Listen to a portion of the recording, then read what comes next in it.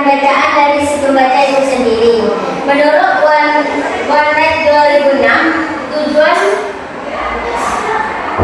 strategi baca dalam membaca cepat ada 3. Yang pertama yaitu untuk materi bacaan yang sulit, tetapi pembaca ingin perlu memahami garis besarnya saja. Yang kedua, ada untuk materi bacaan yang biasa, di mana ketika pembaca ingin memahami pemahaman umum dari isi bacaan. Yang ketiga, ada untuk materi bacaan yang mudah, ketika pembaca ingin memahami isi bacaan secara mendadak. Sekian materi dari saya kembalikan pada moderator.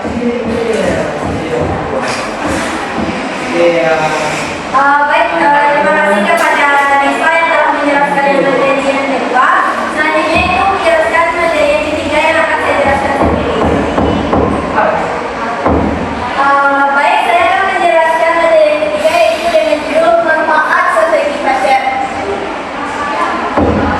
Jika seseorang atau pembaca melakukan membaca dengan cara menggunakan strategi baca, maka orang tersebut akan lebih mudah memahami isi bacaan tersebut karena dengan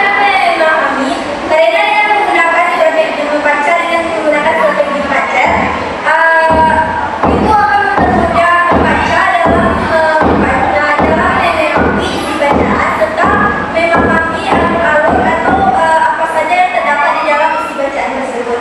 Yang kedua yaitu jika seseorang menggunakan strategi baca dalam membaca, maka seseorang akan bisa menjawab sebuah kuis jika ada pertanyaan setelah membaca bacaan yang telah dibacanya.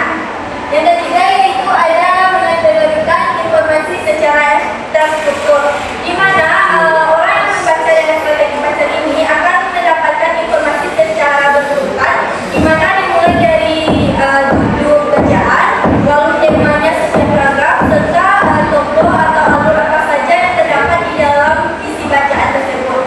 Jadi manfaat baca ini sangat banyak jika digunakan dengan cara yang baik dan sesuai dengan langkah-langkah yang telah ada di dalam strategi baca. Baik, ini itu penjelasan dari saya. Selanjutnya penjelasan dari yang akan dijelaskan oleh Muhammad Ikan Pustaka.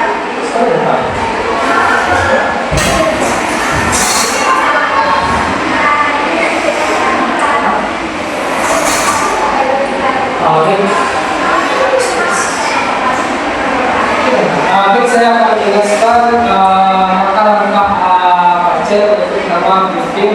Ini adalah sebagai peninjau.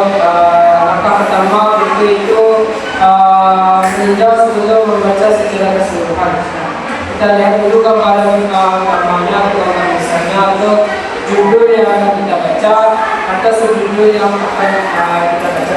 Nah, contoh yang dapat saya sampaikan ini pertama, kita ambil judul tentang keindahan alam di Indonesia. Nah, kita akan membahas dalam bacaan tersebut tentang keindahan alam yang ada di Indonesia. Jadi saat ini membantu kita mengetahui secara garis besar apa yang akan kita pelajari. Nah, yang kedua yaitu akses atau tafsir. Setelah kita mengetahui gambaran bentuknya, kita masuk ke tahap akses atau menaksir. Di sini kita menemukan tujuan membaca. Kita bertanya pada diri kita sendiri, saya membaca ini untuk apa? Nah, apakah untuk mencari informasi atau memahami cerita atau menjawab pertanyaan yang sekedar kita saja? Misalnya sebelum kita membaca, saya bertanya apa saja keindahan alam di Indonesia, maka akan dibahas dalam teks ini. Nah, pertanyaan itu akan membuat kita lebih fokus saat membaca. Yang ketiga itu adalah memilih. Langkah ketiga,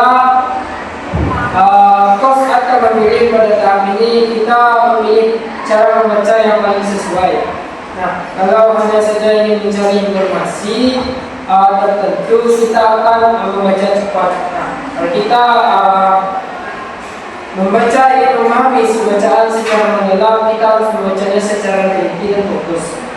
Jika tidak, semua bacaan tersebut dengan cara yang sama kita sesuaikan dengan tujuan kita tersebut. Lanjut yang keempat itu speedity, mempercepat. Nah, langkah berikut ini adalah speedity, mempercepat, maksudnya bukan asal cepat bacaan saja, tetapi membaca dengan lebih efektif. Kita fokus pada informasi yang lebih penting dan tidak terlalu lama saat membaca yang sudah kita pahami dan tidak ketahui juga. Dengan begitu waktu membaca kita lebih efisien, tetapi si baca tetap kita pahami. Nah, lanjut yang kelima itu review atau disebut meninjau ulang. Setelah selesai membaca, kita melihat kembali poin-poin penting yang telah kita baca tersebut.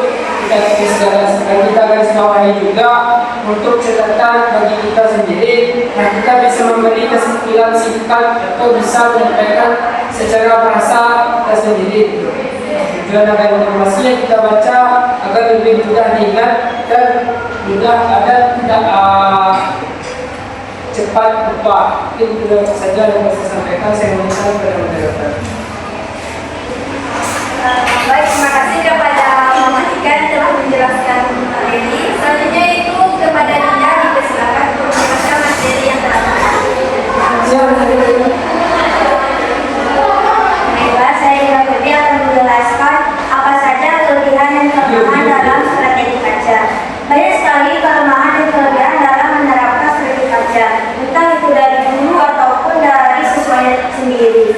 Adapun kelebihan dari strategi baca yang pertama ada beberapa. Yang pertama, dapat mempercepat siswa atau membaca dalam memahami isi bacaan.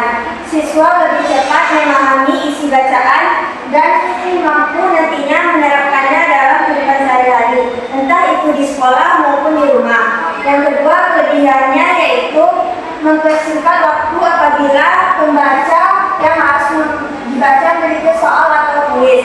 Maka siswa itu mampu mempersingkat waktu dalam menyampaikan latihan dari guru. Yaitu selanjutnya ada kekurangan dalam menerapkan strategi baca. Yang pertama, pembaca atau siswa yang tidak terbiasa membaca cepat akan kesulitan. Pada siswa kelas rendah, tentunya mereka belum tentu mampu membaca dengan lancar. Akan tetapi pada kelas tinggi, siswa itu mampu untuk membaca dengan lancar, dan kekurangan itu bisa diatasi dengan melalui guru sebagai pembimbing dari siswanya. Yang kedua, kekurangan dari menerapkan strategi baca yaitu kurangnya menikmati kegiatan membaca karena membaca cepat. Siswa cenderung kurang memahami isi bacaannya dalam membaca kegiatan mengamati membaca cepat. Selanjutnya kekurangan itu bisa diatasi melalui siswa itu sendiri atau melalui gurunya sebagai pembimbing dari dan membantu siswa dalam membimbing apa yang mereka baca, apa yang mereka sampaikan pada diskusi tersebut. Itulah yang dapat saya sampaikan.